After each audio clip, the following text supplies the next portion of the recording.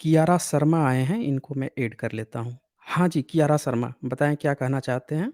और मैं आप लोगों से ये भी कहूँगा कि लिंक को ज़्यादा से ज़्यादा शेयर कर दीजिए, ताकि हेलो। जो डिबेट करना चाहते हैं, वो आ सके। जी, बताएँ कियारा जी। देखो सर, मैंने ना आपका चैनल देखा।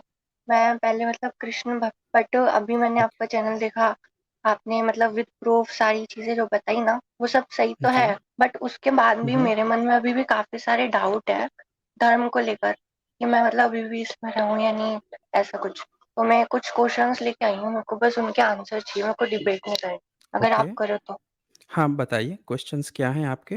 तो मेरा पहला क्वेश्चन तो ये है कि जो इसको वीडियो वगैरह में बोलते रहते हैं कि ओम शब्द हिंदू धर्म का है और ये यूनिवर्सल साउंड है, तो ये बात किस हद तक सच है? ये कैसे डिसाइड हुआ कि ये यूनिवर्सल सत्य है? ये कैसे डिसाइड करेगा और कौन करेगा ये डिसाइड? और ये कौन तय करेगा कि ये हिंदू का शब्द है? क्योंकि हिंदू नाम तो कहीं पाया ही नहीं गया है। किसी भी धर्म ग्रंथ में हिंदू शब्द तो पाया ही नहीं गया है। तो सबसे पहले तो हमें ये डिसाइड करना होगा कि धर्म क्या है? धर्म का नाम क्या है? और उसके बाद से हमें ये डिसाइड करना पड़ेगा कि ओम का पहली बार प्रयोग कहाँ पे हुआ है? ये भी हमें देखना पड़ेगा ना। हम्म, उसके बाद ही हम ये तय कर पाएँगे कि अब ये कहाँ से आया है। दूसरी बात कि ओम जो शब्द है, आज का जो सिंबॉलिक ओम बनाया जाता है, ऊ रहता है, ऊपर चंद्र बिंदु टाइप का जो बनाया जाता है, तो इससे पहले वो हाँ हाँ। सिंपली ओ लिखा जाता था, ओ अम्म लिखा जाता था, ओ अम्म।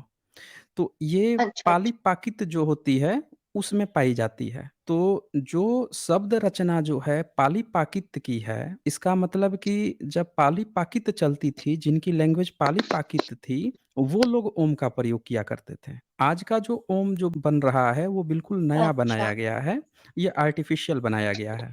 तो कोई भी सभ्यता संस्कृति जो होती है, जो अपने को ये दावा करती है कि हम पुरातन हैं, तो वो अपनी पुरानी चीज़ों को सहेज कर रखती है। यहाँ देखिए कि इन्होंने सिंबल ही बदल दिया। सिंपल ओ अम्मा, ओम जो प्रयोग होता है, जो लामाइज़्म के लोग भी प्रयोग करते हैं, ओम, पद्म, हुम ऐसे करके प्रयोग करते हैं उनके यहाँ। तो वो शब्द आप देखें कि लामाइज़्म 7th सेंचुरी के बाद से आता है और तब तक भी आज का जो ओम प्रयोग किया जा रहा है, वो नहीं था, उस समय तक भी। यानी कि उसके बाद से आज का ये ओम बनाया गया है, यानी कि आज का जो ब्राह्मण संप्रदाय है, वो उससे पुराना अगर उसके पास था, तो उसने क्यों नहीं उसी शब्द को लेकर आगे बढ़ा, क्यों उसने उसको बदल लिया? ये सवाल उठता है। जी कियारा शर्मा जी, अगला आप प्रश्न पूछ सकती हैं। Thank you sir. और अब मेरा सेकंड क्वेश्चन ये है कि आपने जो हुँ, वीडियो हुँ। बनाई थी, जिसमें आपने बताया था कि जो सनातन धर्म है और बुद्ध धर्म है, उसमें बुद्ध धर्म ज़्यादा पुराना है, फैक्ट्स के अकॉर्डिंग। बट जो सनातन धर्म दावा करता है कि राम सेतु 15 लाख साल पहले बना है, बट साइंस के अकॉर्डिंग वो 7 या 6 हज़ार साल कुछ तक का है ना? तो जो बुद्ध धर्म है उसको आए हुए 5000 ईयर्स तक हुए हैं, बट सनातन धर्म में राम सेतु है, तो 6 से 7 हज़ार साल है, तो बुद्ध धर्म से पुराना होना चाहिए फिर तो। देखें कियारा शर्मा जी यहाँ पे एक बात आपको समझने की ज़रूरत है कि जिसे आप सनातन धर्म कह रही हैं, वो आपने एक बात नोटिस की होगी कि इससे पहले आप हिंदू धर्म कह रही थीं, लेकिन अब आपके मन में ये बात आ गई कि नहीं हिंदू तो नया शब्द है, तो अब आपने सनातन धर्म का प्रयोग किया। यानी कोई भी व्यक्ति जो अपने को सनातनी कह रहा है या ब्राह्मण नहीं, संप्रदाय ये का बात कह तो रहा है। मुझे भी पता है कि हिंदू अभी का शब्द है, बट वो सनातन और हिंदू दोनों का मतलब तो एक ही हाँ, तरफ लेके जाता मैं है, इस पर वो इसलिए मैं मैं इस पर बस अपनी बात रख देता हूँ। जी, मैं इस पर अपनी बात रख देता हूँ। आप कुछ देर शांति से सुनिएगा। जी, तो यहाँ पे मैं आपको बता रहा था कि जो अपने को हिंदू कहते हैं, फिर सनातन दरअसल लोगों को नहीं पता है। अपने धर्म का नाम नहीं पता है और जब वो अपने को सनातनी ना कह के जो आज भी जो गवर्नमेंट बनी है, देश जब आज़ाद हुआ है, तो सबने अपने को हिंदू कहना शुरू किया। किसी ने भी सनातनी नहीं कहा। किसी ने भी अपने धर्म ग्रंथ में नहीं दिखाया कि उनके धर्म का नाम सनातन है, सबने हिंदू लिखवाया। इतने सारे मंदिर में पूजा-पाठ होती है, आज भी देखें हिंदू के नाम से बहुत सारे संगठन बन गए हैं और किसी ने भी सनातनी संगठन न बना के और सरकार से ये कभी डिमांड नहीं की कि उनके धर्म का नाम बदल के सनातन का कॉलम होना चाहिए। जो सुप्रीम कोर्ट है उसने जो परिभाषा दी हिंदू की, तो उसमें आपका ही केवल ब्राह्मणी संप्रदाय नहीं आता, उसमें उसने पूरे ज्योग्राफी मतलब यहाँ पे जितने भी लोग रह रहे हैं, उनको भी इंक्लूड कर लिया। यानी कि हिंदू कोई धर्म नहीं है, ये विभिन्न संप्रदायों, मज़हबों के ये पूरे ज्योग्राफी जो लोकेशन है, उसके लोगों को एक कंबाइंडली कहा जा रहा है। तो अब बात आती है सनातनी। तो भाई जब सनातनी हैं, तो जो कॉलम आता है रिलीजन का कि हिंदू हिंदू, मुस्लिम, सिख, ईसाई, बौद्ध, जैन, तो वहाँ पे हिंदू ना लिख के वहाँ पे सनातनी लिखा होना चाहिए था। पर देखें कि गवर्नमेंट भी इस बात को आज तक स्वीकृति नहीं दे पाई है। ज़रा सोचें, जब पाकिस्तान देश से विभक्त हुआ, यहाँ से अलग निकला, अपना देश जब बना, तब भी यहाँ के लोगों को इतनी बड़ी संख्या थी, किसी ने इस पर ऐतराज़ नहीं जताया कि भई हमें हिंदू नहीं, हमें सनातनी कहिए। इतनी बड़ी बहुसंख्यक संख्या। इसका ये मतलब है कि तब भी अपने को कोई सनातनी नहीं कह रहा था। ये आज की डेट में जब पूरी तरह से पोल खुल गई है कि भई हिंदू नहीं है, तब ये लोग ज़बरदस्ती अपने को सनातनी कहना शुरू किए हैं। ये ज़बरदस्ती का एक टर्म लिया गया है। किसी भी धर्म ग्रंथ में कहीं पे नहीं लिखा गया है कि हमारे धर्म का नाम सनातनी है, क्योंकि सनातन नाम ही एक ऐसा है जिसका मतलब कोई धर्म से रिलेटेड ही नहीं है। वो तो बता रहा है कि जब से जो चीज़ था आज भी जैसा है वैसे वो एक स्टेटस बता रहा है ना वो धर्म का नाम ही नहीं है। तो पहले जिन लोगों को अपने धर्म का नाम नहीं पता है, वो अपने को कभी हिंदू कहने लगते हैं, कभी सनातनी कहने लगते हैं। इससे ये पता चलता है कि उनको अपना इतिहास कतई नहीं पता है।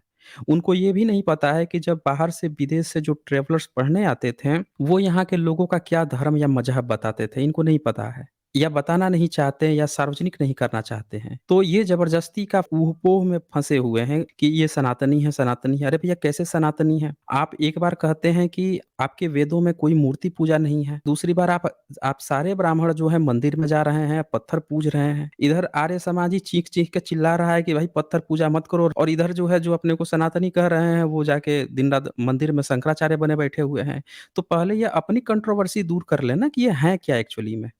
जिन लोगों को अपना पिछले 500 साल का, 1000 साल पहले का इतिहास जिनको नहीं पता है, वो अब अपने को कह रहे हैं कि हम तो 5000 साल पुराने हैं, लाखों साल पुराने हैं। यहीं से गलत हो जा रहा है उनका सारा क्लेम। राम सेतु की जो बात आई है, ये किसने ये प्रोपेगेंडा खड़ा किया राम सेतु का? भाई इनके किसी धर्म ग्रंथ में आप इनके रामायण को उठाइए, वाल्मीकि रामायण को उठा लीजिए, तो उसमें जो बातें लिखी हैं उसके हिसाब से जितने भी जो ब्राह्मणवादी जो रिसर्चर हैं, उन्होंने कहा है कि भाई वो तो मालदीव जा रहा है, जो श्रीलंका ये लोग बता रहे हैं राम सेतु, वो है ही नहीं, बल्कि मालदीव दूसरे साइड में, जो केरल साइड में, जो नीचे की तरफ, यानी कि दक्षिण की तरफ जो टापू है, जो समुद्र के भीतर मालदीव है, शायद उसकी बात चल रही है, वो लोग ये बता रहे हैं। तो राम सेतु का प्रोपेगेंडा पिछले 25-30 सालों में खड़ा किया गया है। और वो भी ज़बरदस्ती जो स्क्रिप्चर्स हैं, उसके दूसरी साइड में।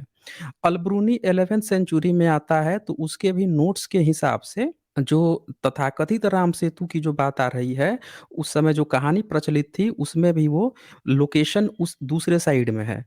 तमिलनाडु साइड में ना होके केरल साइड में है। वो भी काल्पनिक है लेकिन दूसरे साइड में है। तो इससे ये पता चलता है कि जिसको आप राम सेतु सोच के और रामायण की प्रामाणिकता दे रहे हैं, उस पर खुद ही ब्राह्मण उसको नहीं मानते हैं। और ना कभी इतिहास में कभी माना गया है। यानी एक झूठा प्रोपेगेंडा खड़ा किया गया है। अच्छा, इसके बाद से आपने कहा कि जो गणना की जो बात की कि लोग मानते हैं इतने लाख सतयुग, त्रेतायुग या इस तरह की जो बातें की, वो भी पूरी तरह से काल्पनिक है। क्योंकि ये जो सत है, त्रेता है, द्वापर है, ये जुए के पासे हुआ करते थे। कृत जो है, ये इनके जो अपना ये जो वैदिक लिटरेचर दिखाते हैं, उसमें ये जुए के पासे लोग जुआ खेलते थे, तो उसमें डिवाइड करते थे, डिवाइड हो गया तो जो बच गया, शेष बच गया, उसको बोलते थे कि भाई ये तो त्रेता है, ये द्वापर है। इस तरह की बातें आती थी। आज लोगों ने उसको युग बना दिया। तो जो ब्राह्मणिकल लिटरेचर हैं, वो आपस में ही खुद कंट्रोवर्शियल हैं। वो एक-दूसरे को सपोर्ट नहीं कर रहे हैं। कोई कह रहा है कि वो जुए के पासे हैं, अब किसी ने युग ही उसको बना दिया। कोई बोल रहा है कि नहीं ये अलंकारित रूप है, किसी ने उसको देवता बना दिया।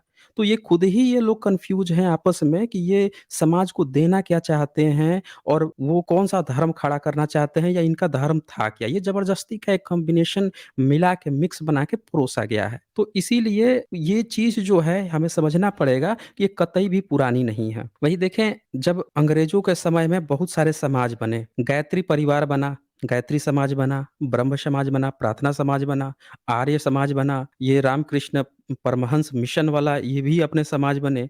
तो इतने सारे समाज बनते गए पर किसी ने ना अपने को सनातनी कहा, ना किसी ने अपने को हिंदू कहा। भई बोल देते हैं ना कि हम सब लोग जो हैं सनातनी, हमारे धर्म का नाम सनातनी है, ये अलग-अलग समाज क्यों बना रहे थे? तो इसीलिए हमें समझना पड़ेगा कि ये समाज पुराना नहीं है, बल्कि ये पूरा अलग-अलग लोगों का समूहों का एक वर्ग था जिसको ज़बरदस्ती गैर कभी मुस्लिम कहा गया, कभी गैर ईसाई कहा गया और इनको मिला के ही कह दिया गया कि ये हिंदू हैं, अब ये कह रहे हैं कि हम सनातनी हैं। तो ये पुराने कतई नहीं हैं। और जहाँ तक आप बुद्धिज़्म की बात करती हैं, तो उसके सॉलिड एविडेंस मिलते हैं। बहुत सारे लोग विदेशी लोग आते थे, यहाँ पे पढ़ के गए हैं भारत में। भई ये बताते हैं काल्पनिक गुरुकुल बताते हैं। आप हमें बताएँ कि एक भी गुरुकुल बता दीजिए जिसमें कि कोई विदेशी बाहर से आया हो, इनके गुरुकुल में पढ़ के गया हो, बताया हो कि भाई भारत में गुरुकुल पाए जाते थे, वहाँ पे ब्राह्मण शिक्षा देते थे। विदेश से जितने भी यात्री भारत में आए वो लिख के गए कि भाई बुद्धिस्ट की यूनिवर्सिटी होती थी, हम उनमें पढ़ने आते हैं। तो विदेशी जब आते थे यहाँ पे बुद्धिस्ट यूनिवर्सिटी में पढ़ के गए यानी कि उस समय बुद्धिस्ट का ही यूनिवर्सिटी होती थी, उन्हीं के गुरुकुल होते थे। गुरुकुल कहने का मतलब बड़े-बड़े महाविहार होते थे, पढ़ाई वहाँ पे होती थी। अगर इनके गुरुकुल होते तो कोई न कोई उनके सबूत भी मिल जाते। आर्कियोलॉजी आज तो आर्कियोलॉजी इतनी तगड़ी हो गई है कि एक जो डायनासोर है, वो 16 करोड़ साल पुराने उनके पैरों के निशान, उनके बोन्स पता नहीं क्या-क्या चीज़ें मिल गए। यहाँ पे सिंधु घाटी सभ्यता में कौन-कौन से फसल की खेती होती थी, मुर्गा के हड्डी छोटे-छोटे हड्डियाँ उसके तक के सबूत मिल गए और ये पता नहीं कौन से गुरुकुल चलाते थे कि 7th सेंचुरी हो या 5th सेंचुरी हो, इतने सारे विदेशी ट्रैवलर्स आए, 56-56 के तो प्रमाण मिल चुके हैं, 56 विदेशी ट्रैवलर्स के, स्टूडेंट्स के, जो विदेशों के थे। जापान से लेकर, कोरिया से लेकर, चीन से लेकर तिब्बत इन सब देशों के भारत में आके पढ़-पढ़ के गए और उन लोगों को कभी आज तक भारत का गुरुकुल ना मिला, ना आर्कियोलॉजी को कोई गुरुकुल मिला। तो ये प्राचीन है ही नहीं। ये एक नया नवेला संप्रदाय खड़ा किया गया है, अंग्रेज़ों के समय में खड़ा किया गया क्योंकि मुस्लिम जब अपनी पाकिस्तान की डिमांड कर रहा था, तब इनको ये दिखाना था कि अब हम लोग भी कुछ हैं। तो इनको कहना चाहिए था कि हम ब्राह्मण समाज हैं, नहीं कहा इन्होंने। इन्होंने कहा हिंदू। कि हिंदू कह देंगे, सबको हिंदू कह देंगे और हम ब्राह्मण उसमें सर्वा हो जाएँगे। तो ये इसीलिए ये मैं कहता हूँ कि ये बहुत ज़्यादा पुराना नहीं है, ये 100 150 साल के अंदर, 200 साल के अंदर बनाया गया एक आर्टिफ़िशियल संप्रदाय है। जी, कियारा शर्मा। हाँ, ओके, थैंक यू सर। और अभी मेरा एक और नेक्स्ट क्वेश्चन है। उसमें मतलब ये जो ब्राह्मण लोग हैं, इन लोगों ने मतलब इतने कम टाइम के अंदर इतना मतलब इतनी सारी कहानियाँ, इतने सारे वेद पुराण सोचे कैसे? अगर ये आर्टिफिशियल भी है तो इतनी सारी कहानियाँ कैसे सोची? इतने सारे देवी देवता कैसे बना दिए? जी, देखें कियारा शर्मा मैं आपसे एक प्रश्न पूछूँगा, क्या आप ब्राह्मण हैं? हाँ, मैं ब्राह्मण हूँ।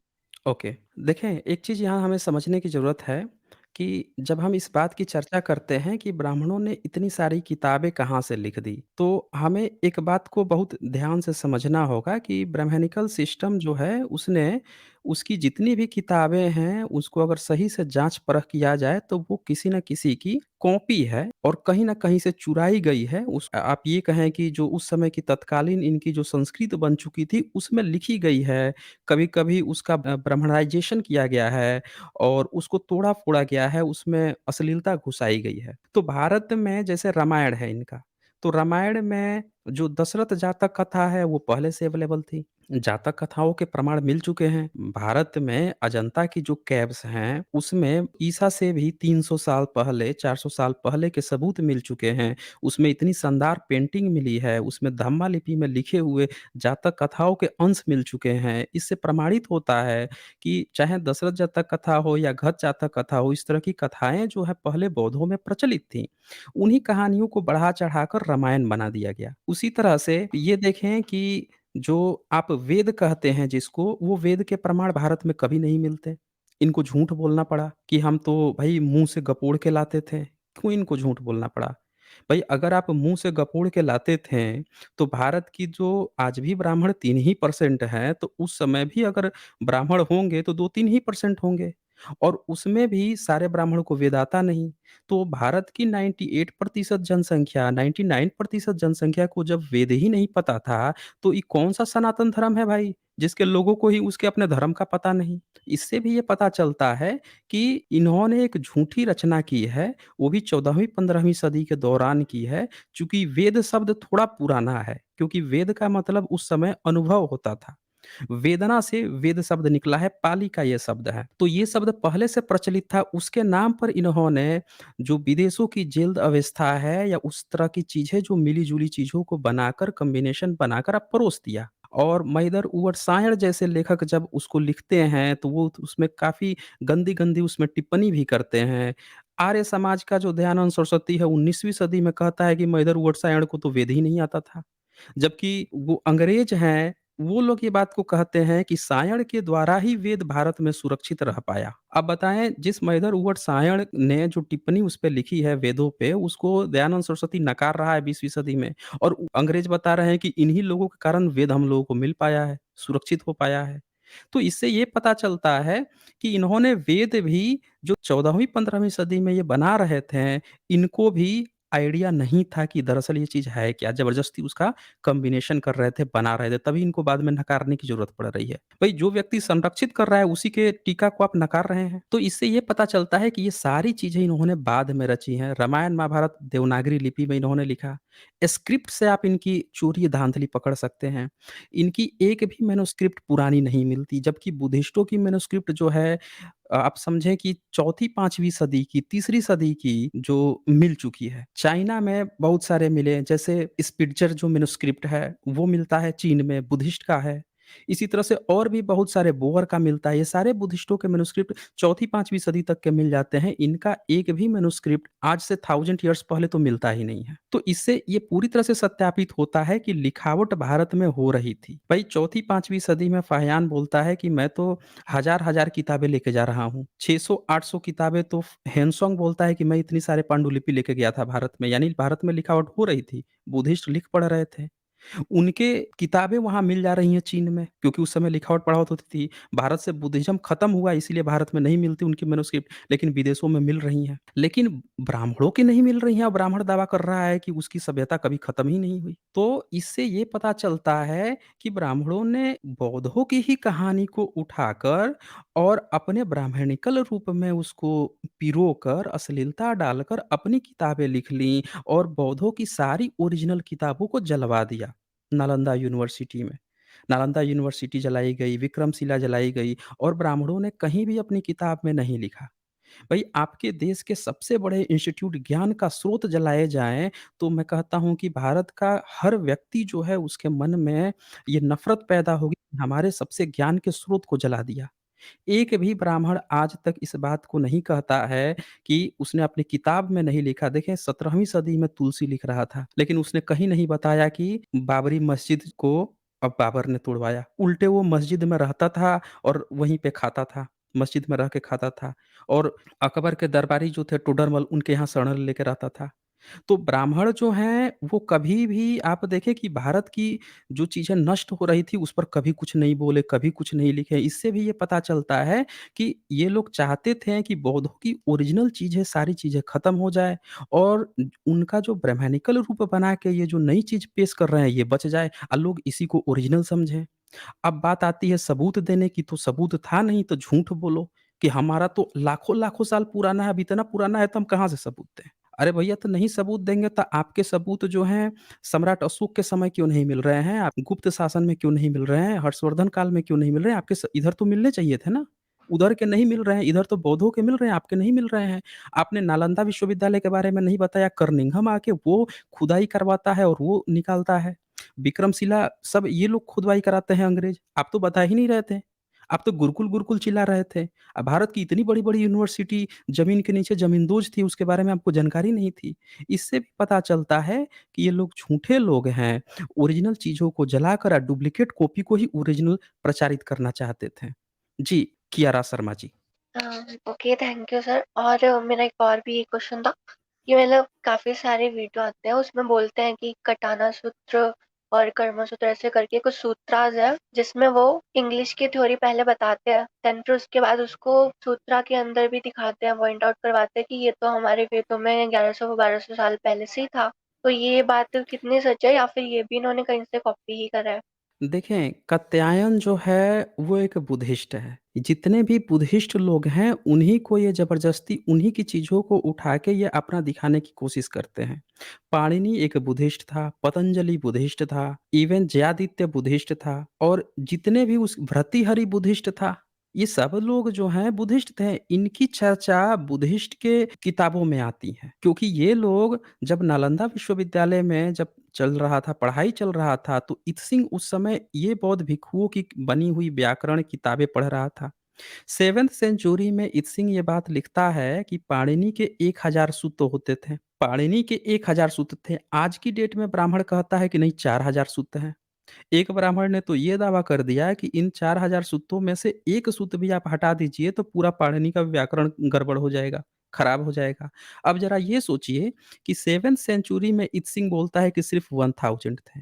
तो 1000 थे और ये लोग बता रहे हैं कि पाणिनि ईसा से 500 साल, 700 साल पहले था। तो झूठी बात निकल गई यहीं पे कि भाई अगर 4000 सूत्र उस समय थे ही नहीं, 1000 सूत्र थे, आपने ज़बरदस्ती उसको 4000 बनाया है। यानी इन लोगों ने बाद में जो इतने बौद्ध भिक्षु थे, उन्हीं की किताबों को उठाकर और उसमें तरह-तरह की चीज़ें जोड़-जोड़ कर अपना बताना शुरू किया।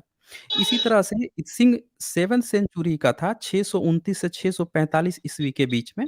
वो अपने नोट्स में ये बात लिखता है कि जब वो पढ़ रहा था तो उसके समय के 30 साल पहले, 40 साल पहले ही पतंजलि और जयादित्य जो हैं भर्तृहरि इन लोगों की मृत्यु हुई थी, ये बताता है। अब ज़रा सोचिए कि 7th सेंचुरी यानी कि 6th सेंचुरी मान लीजिए, 6th सेंचुरी में पतंजलि थे।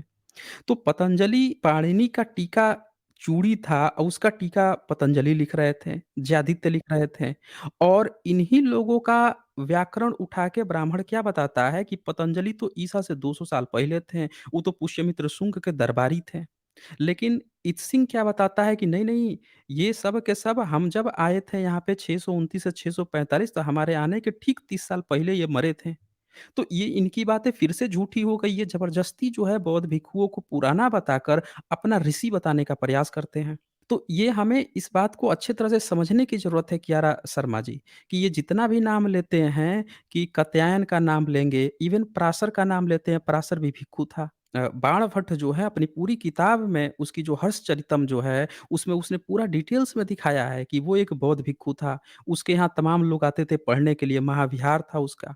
उसी के पास हर्ष गए थे, उसकी बहन गई थी। तो ये तमाम तरह की चीज़ें आ रही हैं। बताइए वो बौद्ध भिक्षु है और उसको ये लोग अपना गोत्र बना लिए हैं, पराशर गोत्र और ब्राह्मण बने फिर रहे हैं। इसी तरह से इत्सिंग ये बात लिखता है कि जब भी बौद्ध भिक्षु जाता था वहाँ पे पढ़ने के लिए, तो उसको संस्कृत दिया जाता था पढ़ने के लिए। संस्कृत उस समय की पाली-प्राकृत मिश्रित जो थी, यानी कि पाली-प्राकृत को संस्कारित की जा रही थी, तो उसको संस्कृत कहा जाता था। कंप्लीट संस्कृत नहीं थी, संस्कारित वर्ज़न था उसका। तो वो दिया जाता था क्योंकि विदेशी जो बच्चे थे, वो यहाँ की भाषा नहीं समझते थे। तो उनको एक लैंग्वेज बनाई गई थी कि इसको आप समझिए। अब ये बताइए कि बौद्ध भिक्षु वो चीज़ पढ़ रहे थे, आज ब्राह्मण उस चीज़ को लेके बता रहा है कि तो हमारा पतंजलि हमारे हैं, पाणिनि हमारे हैं, जबकि बौद्ध भिक्षु ये लोग थे और बौद्धों ने ये चीज़ डेवलप की थी। तो हर बौद्धों की चीज़ का इन्होंने ब्राह्मणाइज़ेशन करके अपना बना लिया है। समझ रही हैं कियारा शर्मा जी? आप ये शर्मा सरनेम जो आप लगाई हुई हैं, इसको आप जाँच करेंगी, तो आप पाएँगी कि 1873-71 या 80-90 के अराउंड में जो जनगणना हुई थी, उसमें शर्मा सरनेम का एक भी ब्राह्मण भारत में नहीं था।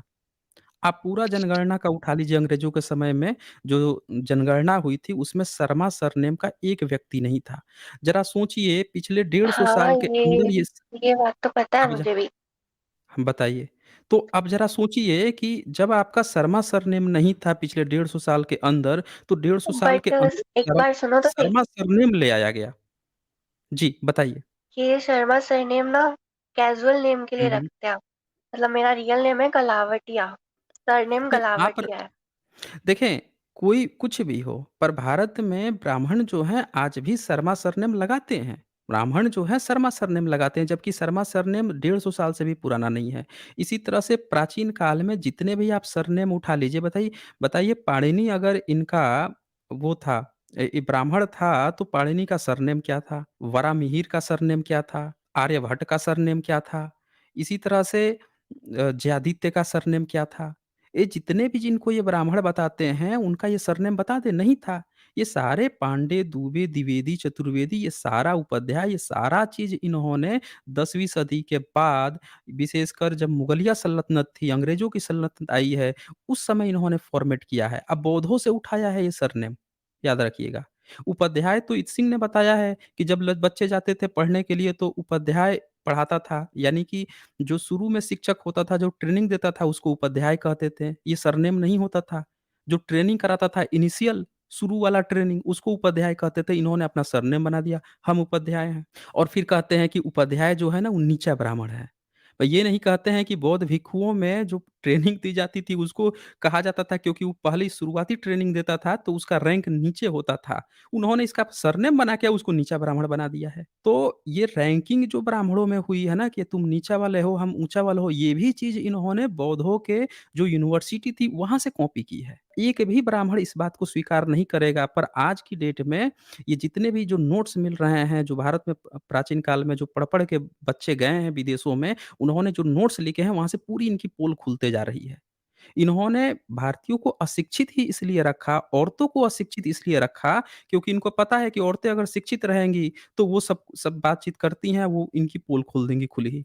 और बाकी के भारतीयों को अशिक्षित रखा कि ये भी पोल खोल देंगे। तो कहा कि नहीं, नहीं सिर्फ़ ब्राह्मण ही पढ़ेगा, वही जानेगा, क्योंकि ये षड्यंत्र रच रहे थे। तो इसीलिए ये चीज़ें ना सार्वजनिक नहीं हो पाई है, कियारा शर्मा जी। Thank you. ठीक है, अभी मेरा बस ठीक है। एक लास्ट क्वेश्चन और है। इसमें मतलब अच्छा जी। काफ़ी ऐसी जो बुद्ध की कहानी है, उसमें लोग बताते हैं कि जब बुद्ध जी का जन्म हुआ था, तो देन उनके जन्म के टाइम पे किसी ऋषि ने कहा था कि ये या तो महान संत बनेंगे या महान राजा। तो बट उस टाइम पे कोई ऋषि कैसे कह सकता है जब उस टाइम पे हिंदू ही नहीं था तो? देखिए, कियारा शर्मा जी, ये बहुत ही प्रैक्टिकल बात है। दरअसल एक चीज़ आप समझें कि बुद्ध मार्ग में कोई चमत्कार नहीं होता है। ये बात आप मानती होंगी कियारा शर्मा जी? हाँ, मैंने पर्सनली काफ़ी सारी बुद्ध की मतलब ठीक है। वीडियोज़ देखी है। Good, very good, very good.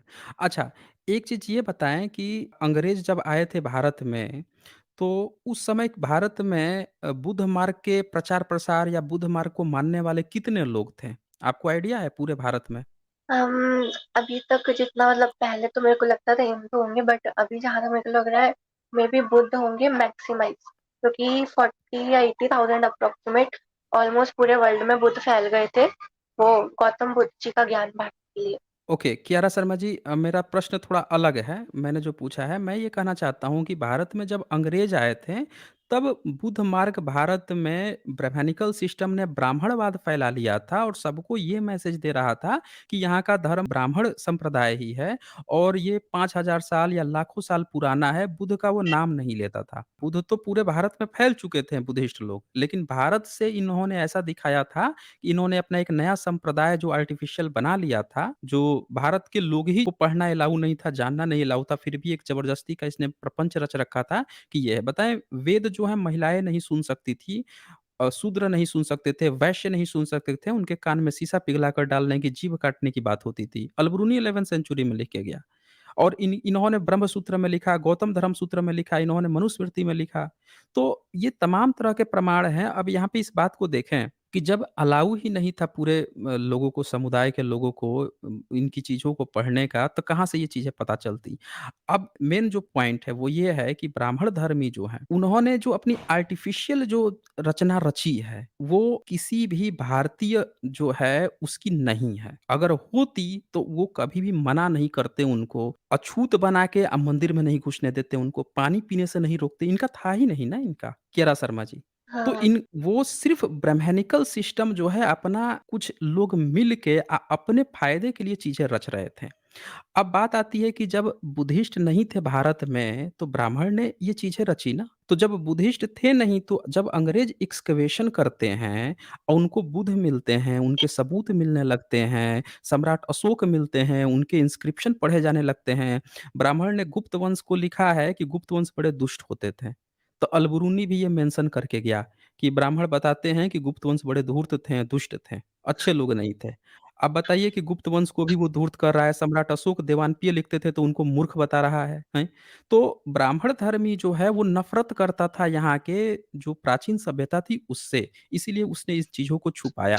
अब बुद्धिस्ट थे नहीं, तो जब अंग्रेज एक्सकवेशन करके खोज निकालते हैं, तो अब जब बुध की बात आती है, तो सारे ब्राह्मण मिलके अब बुध की किताब लिखना शुरू कर देते हैं। समझ रही हैं कियारा शर्मा जी? हाँ, ब्राह्मण जो है वो बुद्धिस्ट की किताबें लिखना शुरू कर देता है। तो जब ब्राह्मण बुद्धिस्ट की किताब लिखेगा, उसका अनुवाद करेगा, तो वो वही चीज़ लिखेगा जो वो चाहता है। उसने आपको याद होगा बुद्धचरितम एक किताब है ना बुद्धचरितम? हाँ, बुद्धचरितम जिसके लेखक अश्वघोष हैं। अब ब्राह्मण से पूछिएगा कि बुद्धचरितम किस लैंग्वेज में है? तो कहेगा संस्कृत में है। वो यूपीएससी के एग्ज़ाम में पढ़वाता है कि पहला आदि कवि जो हैं वो अश्वघोष थे। वैसे तो वाल्मीकि वाल्मीकि करता है, लेकिन पोल खुलती है तो अश्वघोष को पढ़ाता है कि अश्वघोष जो हैं एक ब्राह्मण थे, उन्होंने लिखा बुद्धचरितम। अब बताइए कि पिछले 800 साल में जब भारत में कोई बुद्धिस्ट नहीं था, उनकी सारी चीज़ें जला दी गईं, तो उनकी किताब संस्कृत में लिख के कौन ला रहा था भारत में? ये आप सोच सकती हैं? बुद्ध की किताबें, बुद्धचरितम संस्कृत में लिख के ये ला रहे थे, तो बुद्ध की सारी बात को क्यों नहीं ला रहे थे? ये षड्यंत्र समझने की बिल्कुल ज़रूरत है। है यहाँ पे। हाँ, फिर ये ललित विस्तर आपको दिखाएगा, कहेगा कि ललित विस्तर है, ये भी बुद्धिस्ट की किताब है। फिर ये सवाल उठेगा कि भाई पिछले 800 साल में जब बुद्धिस्ट नहीं थे, तो उनकी किताब लेके तुम क्यों लिख रहा था ललित विस्तर संस्कृत में? क्योंकि 800 सालों में अगर संस्कृत कोई पढ़ता था, तो उसके कान में शीशा पिघला के डाल दिया जाता था। तो वो कौन ब्राह्मण था जो बुद्धिस्ट की किताब ला रहा था ललित विस्तर और बुद्धचरितम, वो भी संस्कृत में? ये समझने वाली बात है ना? यानी कि ये लोग मिलावट कर रहे थे, जो बुद्ध धम्म था उसकी किताबों को ये पहले हाँ, तो संस्कृत में लिख ही रहे थे और साथ में मिलावट भी उसमें कर रहे थे। अपनी तरह मतलब से दिखाना इन्होंने इन्होंने हाँ, बुद्ध की इन्होंने किताबों को मतलब इन्होंने अपना आप समझिए कि इन्होंने उसमें वो चीज़ मिलाई, चमत्कार मिलाया दिखाने के लिए। समझ रही हैं? इसीलिए हाँ, बुद्धचरितम में आता है ये बात कि जब उनका जन्म होता है तो एक ऋषि आता है और उसका जो शिष्य रहता है वो नारद रहता है और वो आके कहता है ये बड़ा महान व्यक्ति बनेगा। और फिर 14वीं सदी की एक किताब इन्होंने लिखा जिन चरित्र। उसमें तो ये वही प्रसंग दोबारा लिखता है। वो अब क्या है कि वो और चमत्कारिक बना देता है कि अब जो ऋषि आता है उसका भविष्य देख के बताने लगता है और बुद्ध जन्म लेते ही 7 कदम चलने लगते हैं। तो मेरा ये कहना है कि ये सारी बातें कौन लिख रहा था संस्कृत में? संस्कृत हो भारत में पाली-पाकित गायब कर दी गई थी। आपको पता है पहला डिग्रीधारी पाली में कौन व्यक्ति था भारत में? पहला पाली में जब अंग्रेज़ों ने पाली की जब कोर्स शुरू किया, तो पहला डिग्री लेने वाला व्यक्ति जो है, वो संस्कृत का हेड था, कोलकाता यूनिवर्सिटी में। उसने पाली का सबसे पहला वो लिया था, डिग्री लिया। और उसकी कॉपी चेक करने के लिए अंग्रेज को भेजा गया, पहला ही वो स्टूडेंट था। तो अंग्रेज कहा कि अरे वो जो संस्कृत का प्रोफ़ेसर है वो बड़ा विद्वान है, उसे कराइए ना। तो बोले कि अरे वही तो पाली की डिग्री ले रहा है, आप ही को चेक करना पड़ेगा। तो अंग्रेज डिग्री दे रहा था, वो कॉपी चेक करके सर्टिफ़िकेट कौन ले रहा था? ब्राह्मण। अब बताइए जब पाली का सर्टिफ़िकेट ब्राह्मण लेगा, तो वो पाली की भी किताब लिखेगा, उसका भी ट्रांसलेशन करेगा, तो वो ब्राह्मणाइज़ेशन ही करेगा उसका। तो ये जितनी भी आपको किताबें बताई जाती हैं ना कि बुद्धिस्ट की किताब में ये चमत्कार है या इसमें ये गंदा लिखा है या उसमें वो गंदा, ये सारे ब्राह्मणों की करतूत है। इन्होंने ही ज़बरदस्ती डिग्री ली पाली की। पाली तो गायब थी, अंग्रेज़ों ने शुरू करवाई यहाँ की कोर्सेज़ और इन्होंने डिग्री ली, फिर इन्होंने अनुवाद किया और जो मन आया उस मन से इन्होंने उन-उन चीज़ों को डाल दिया। ब्राह्मण संप्रदाय की सबसे बड़ी एक जो गलती है वो ये है कि वो महिला विरोधी और यहाँ का बहुजन विरोधी है। तो उसने क्या किया कि जब कबीर की बीजक लिखा, वो भी कंपाइल ब्राह्मणों ने किया, तो उनको भी नारी विरोधी दिखाने का प्रयास किया।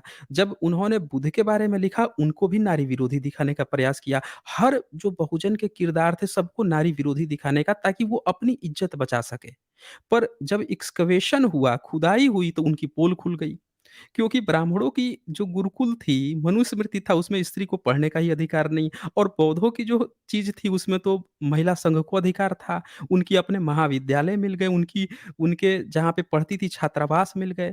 जो इत सिंह वगैरह थे, जो हेनसोंग थे, वो महिला छात्रावास, उनके पढ़ने-लिखने, लड़कियों के आने-जाने, स्कूल जाने और चर्चा करने, डिस्कशन सब चीज़ लिख रखा था। उनसे ये प्रमाणित हो गए कि ये लोग महिला विरोधी नहीं थे, महिला विरोधी सिर्फ़ ब्राह्मण धर्म ही था। तो ये जितनी भी आपको जो चीज़ें बताई जाती हैं कियारा जी, हुँ, हुँ। वो वैनिकल लोग जो हैं, वो अपनी दुखती जो रग है, उसको छुपाने के लिए हर चीज़ बुद्ध के मत्थे मढ़ देते हैं। उनको अपना अच्छा चमत्कार मतलब दिखाना है।